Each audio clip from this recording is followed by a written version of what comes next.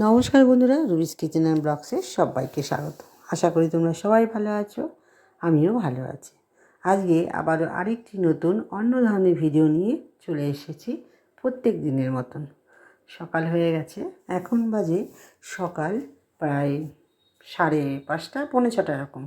তো ঘুম থেকে উঠেছি, উঠে যথারীতি সমস্ত টুকিটাকি কাজ সেরে ফুল তুলে নিয়েছি। আর আমার তো দুটো পোষ্য আছেই, তারা আমার পিস পিস পিস পিস সব সময় থাকে, তো তাদেরকে আমি দেখালাম। তো আজ হচ্ছে মঙ্গলবার, তো সম্পূর্ণ নিরামিষ। তো সমস্ত কিছু ধোয়া পাকলা করে নিয়ে রান্নাঘরে আমি একটু চা খাবো। আর তার আগে গাছের জলগুলো দিয়ে নিচ্ছি। কালকে জল দিতে ভুলে গেছিলাম, গাছগুলো একদম শুকিয়ে গেছে। সমস্ত গাছগুলোতে আমি জল দিয়ে নিলাম। আর এটা হচ্ছে অ্যাডেনিয়াম গাছটায় মাঝে মাঝে জল দিতে হয়, প্রতিদিন জল না দিলেও হয়। আর এই কদিন ধরে অ্যাডেনিয়াম গাছে দারুণ দারুণ ফুল দিচ্ছে, ভালো লাগছে। তো আমার শুধু ওই মানি প্ল্যান্ট গাছটায় একটু হলুদ হয়ে যাচ্ছে। কী করলে গাছগুলো সবুজ থাকে একটু বলবে তো?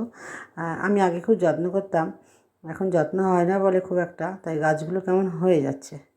যাই হোক, তোমরা একটু আমাকে একটু জানিও তো কী হলে মানি প্ল্যান্ট গাছটা একটু সবুজ পাতা হয়ে যায়।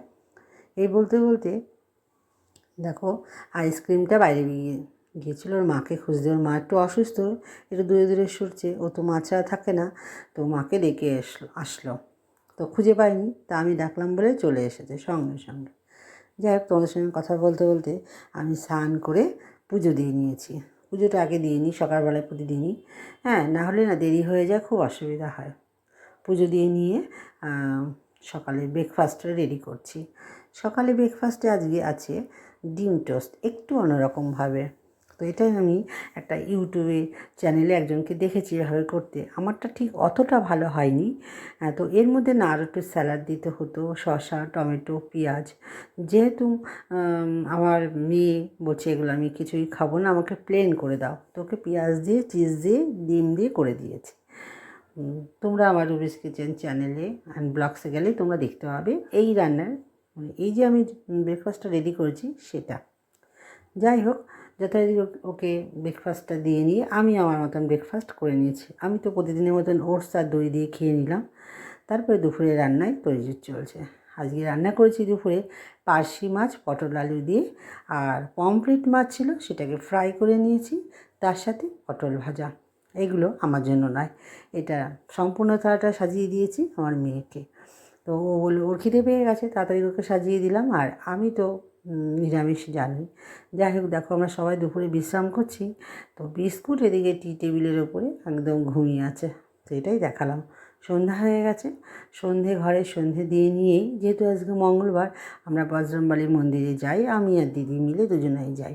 তো যেতে যেতে হেঁটে যাচ্ছি, তো আমাদের রানাঘাটে কত উন্নত হয়ে গেছে আগের থেকে। তো আগে যে রানাঘাট ছিল, এখন একদম সেই রানাঘাট আর নেই, অনেক অনেক অনেক পরিবর্তন হয়ে গেছে। আমিও যদিও রানাঘাটের বাসিন্দা নই, তবুও রানাঘাটে আমি বসবাস করছি 14 বছর হয়ে গেল।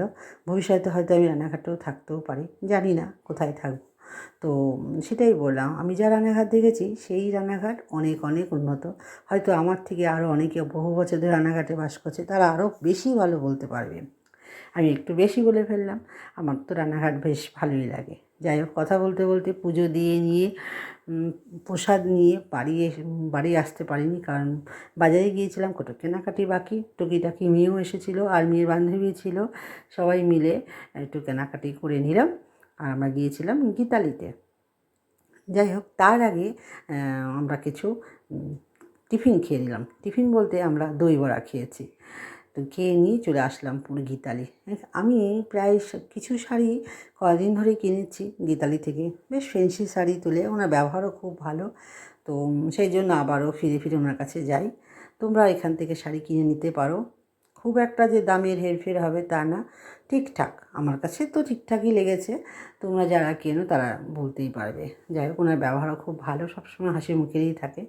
আমি একটু মজা করছিলাম, তাই উনি হাসছিল। আর শাড়ি দেখাচ্ছিল, অসাধারণ শাড়িগুলো। এই শাড়িগুলোর দাম 5, 5.5 এরকম 6 দাম। তো এখন আমি অত দামি কিনবো না, উনি আমাকে দেখাচ্ছে, কারণ আমি বললাম এখন কিনবো না, পুজো বেরিয়ে গেলে কিনবো। সামনে একটা ভালো অনুষ্ঠান আছে, এটা ওনাকে বলছিলাম, তাই উনি একটু মজা করছিল। আর মেয়ে এদিকে মেয়ের বান্ধবীকে নিয়ে দিদি ছিল, ওরা শাড়ি চয়েস করছে, তো ওরা চয়েস করে নিচ্ছে। আর আমি এদিকে ফোনে একটু ব্যস্ত ছিলাম, ছেলে বলছে রাতে কী খাবে, তো সেই জন্য ওদের জন্য অর্ডার দিয়ে দেওয়া হলো মিক্স ফ্রাইড রাইস আর চিলি চিকেন, এই হবে রাতের খাবার। আমরা সবাই চলে এলাম কেনাকাটি করে, ওর মেয়ের বান্ধবী চলে গেল বাড়ি, আমরা বাড়ি চলে এলাম। এবার ওদেরকে খাবার টিফিন রেডি করে দিচ্ছি, আর এদিকে তো মেয়ে বিড়াল নিয়ে মজা করছে। কেমন হচ্ছে আমার ভিডিওগুলো অবশ্যই তোমরা কমেন্ট করে জানাবে।